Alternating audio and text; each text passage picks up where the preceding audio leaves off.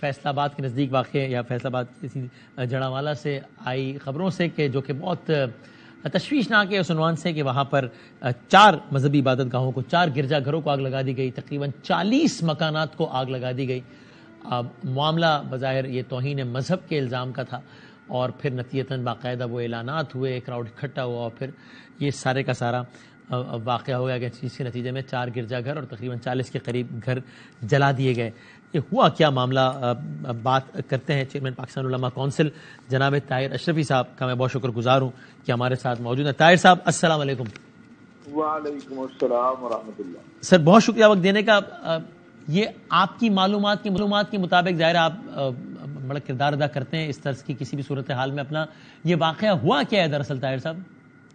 بسم اللہ الرحمن الرحیم، نحمدہ ونصلی ونسلم علی رسولہ الکریم۔ بہت ہی افسوسناک ہے اور بہت ہی تشویشناک بھی ہے کہ کچھ قرآن کریم کے اوراق جو ہیں وہ کسی شخص کا نام لکھ کے 2-3 وہ وہاں پھینک دیے گئے اور وہ شخص بیچارہ مسیحی تھا اور اس کے بعد بس جس طرح لوگوں میں اشتعال آتا ہے لوگ مشتعل ہو گئے۔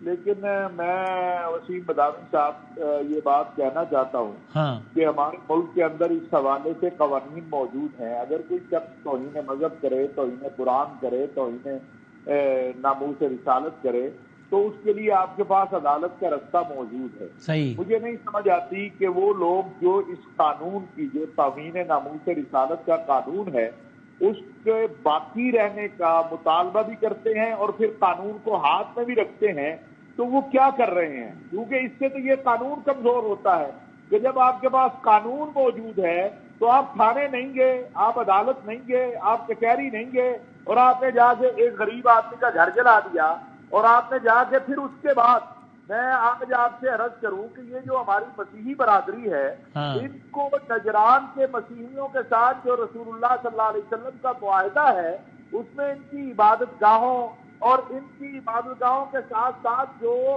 عبادت گاہوں پہ لگی گھنٹیاں ہیں ان تک کا ذکر ہے، ان کا تحفظ دیا ہے رسول اللہ صلی اللہ علیہ وسلم نے اس معاہدے میں، ان کی جان مال کا، عزت کا، آبرو کا۔ تو یہ کون سے، میں ہمیشہ کہا کرتا ہوں کہ یہ دہشت و وحشت کے نمائندے تو ہو سکتے ہیں، ان کا دین اسلام سے یا ان کا محمد عربی صلی اللہ علیہ وسلم کے لائے ہوئے دین سے کوئی تعلق نہیں ہے۔ وسیم بداوی صاحب مسجد نبوی کے اندر جب نجران کے مسیحی بیٹھے تھے تو وہ کھڑے ہو گئے تو رسول اللہ صلی اللہ علیہ وسلم نے پوچھا کہ آپ کیوں کھڑے ہوئے ہیں؟ تو انہوں نے کہا اس لیے کھڑے ہوئے ہیں کہ ہمیں اپنی عبادت کرنی ہے۔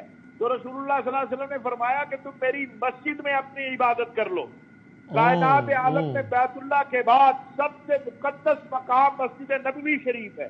اگر میرے آقا علیہ الصلوۃ والسلام نے نجران کے مسیحیوں کو وہاں اجازت دی تو آج یہ چھوٹی چھوٹی باتوں کے اوپر پھر آج جس طرح صلیب کو توڑ رہے تھے، میں سمجھتا ہوں کہ میں بڑا دکھی ہوں، میں غمزدہ ہوں، میں شرمندہ ہوں۔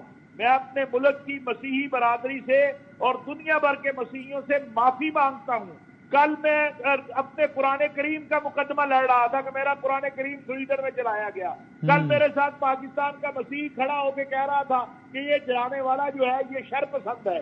آج جب تورات جلی ہے، آج جب انجیل جلی ہے، تو مجھے بتائیے کہ میرا کیس کمزور ہوا ہے یا مضبوط ہوا ہے؟ ان ظالموں نے عالمی سطح پہ بھی پاکستان کو بدنام کیا، اس مسلمانوں کو بدنام کیا، اسلام کو بدنام کیا، اور وہ جو قرآن کریم جلا رہے تھے اور وہ وہاں پر جو سویڈن میں یا ڈنمارک میں جہاں انہوں نے چرچ پہ حملہ کر کے چرچ میں موجود تورات کو جلا کے، انجیل کو جلا کے ان کی انہوں نے نمائندگی کی ہے۔ یہ ہمارے نمائندے نہیں ہیں۔ انہوں نے پاکستان کے ساتھ ظلم کیا ہے، انہوں نے پاکستان کے مسلمانوں کے ساتھ ظلم کیا ہے۔ ہم شرمندہ ہیں اپنے ملک کی مسیحی برادری سے۔ میں ان تمام بشپ صاحبان سے، پادری صاحبان سے، پاکستان کے مسیحی عوام سے جو میرے ساتھ قرآن کریم کے جلائے جانے پر کھڑے ہو کے کہہ رہے تھے کہ یہ اللہ کی کتاب ہے اور ہم اس کے جلانے کی مذمت کرتے ہیں، میں ان سب سے شرمندہ ہوں۔ آج جب تورات جلی ہے اور پھر تورات، انجیل، زبور جو ہے، غلامی صاحب ان پہ ہمارا ایمان ہے، اگر ہم ان پہ ایمان نہ لائیں تو ہم مسلمان نہیں ہیں۔ اگر ہم حضرت عیسیٰ علیہ السلام کو نبی نہ مانے ہم مسلمان نہیں ہو سکتے. یہ وحشت و دہشت کے نمائندہ لوگ ہیں اور ایک پلاننگ لگتی ہے مجھے, کیونکہ اس طرح کا ایک واقعہ سرگودا میں بھی پچھلے کئی دنوں سے جاری ہے, لیکن وہاں علماء نے, مسیحی برادری نے, انتظامیہ نے جو ہے کافی کنٹرول کیا. یہاں تو آنن فانن یہ ہو گیا, چند منٹ کے اندر یہ ہو گیا ہے, اور اس نے میرے ملک کے ماتھے پر داغ لگایا ہے, میرے دین پہ داغ لگایا ہے, میرے وطن کو بدنام کیا ہے, اور ملک بھر کے علماء, مشائخ, پاکستان کی عوام, ریاست, وزیر اعظم کا آپ نے بیان دیکھ لیا, سیاسی جماعتیں سب اس پر متفق ہیں. اور میں اپیل کرنا چاہتا ہوں آپ کے پروگرام کے ذریعے چیف جسٹس آف پاکستان سے کہ جناب آپ نے ویسے بھی ریٹائر ہونا ہے, ایک کام کر دیں, آپ ان مجرموں کو 1 مہینے میں ٹرائل کر کے سزائیں دیں. اگر جوزف کالونی کے مجرموں کو سزائیں مل گئی ہوتی, اگر جو باقی واقعات ہوئے گوجرا کے دوسرے ان میں سزائیں دے دی گئی ہوتی تو آج یہ واقعہ نہ ہوتا. ہمارے پاس قانون موجود ہے, عمل نہیں ہے. اور سر آپ نے جو شروع میں جو بات کی کہ یہ واقعہ اس طرح ہوا کہ 2 اوراق جلا دیے گئے, جس پر ظاہر ہے ہم دل گرفتہ, مطلب قرآن مجید کا ایک ایک ورق ہماری جانوں سے زیادہ قیمتی ہے, ہمارے دل و جان قربان اس میں, اور پھر کسی کا نام لکھ دیا گیا. تو یعنی یہ بھی ممکن ہے کہ کسی نے کسی کا اسکور سیٹل کرنے کے لیے کسی پہ, ابھی تو باقی تحقیقاتوں کے پتہ لگ جائے گا, لیکن یہ اس کا بھی امکان ہے کہ کسی نے کسی کا نام آپ کہہ رہے ہیں کہ لکھ کر وہ 2 اوراق کے ساتھ. یہی ہوا ہے, اور یہی ہوا ہے, یہ پہلی بار نہیں ہے. لاہور جوزف کالونی میں کوئی توہین نہیں ہوئی تھی. میں آج بھی یہ بات کہتا ہوں, کیونکہ وہاں طاقتور لوگ جو تھے وہ اس جگہ پہ قبضہ کرنا چاہتے تھے, اور میں نے اس وقت کی حکومت کو کہا تھا کہ کبھی جوزف کالونی میں اس مسیحی بچے کو تو آپ نے سزائے موت سنا دی جس کا جھگڑا شراب کے اوپر ہوا تھا مسلمان کے ساتھ, آپ نے پوری کالونی جلانے والوں کو کیوں سزا نہیں دی؟ میرا یہ سوال ہے. اور سر ایک آخری سوال میرا سے, علامہ صاحب آپ ایک عالم کی ایسے سے رہنمائی کیجیے گا کہ اس میں تو کوئی 2 رائے نہیں نا, ہمارے ایمان کا حصہ ہے, یعنی سرکار دو عالم صلی اللہ علیہ وآلہ وسلم جب تک ہمیں اپنی جان, اپنے مال, اپنے ماں باپ سے زیادہ پیارے نہ ہو تو ایمان ہی مکمل نہیں ہوتا, جو میں نے علماء کرام سے سنا ہے. تو اس میں تو کوئی, میں آپ سے یہ کیا پوچھوں کہ ان کا عزت و احترام, اس میں تو کوئی شک ہی نہیں ہے.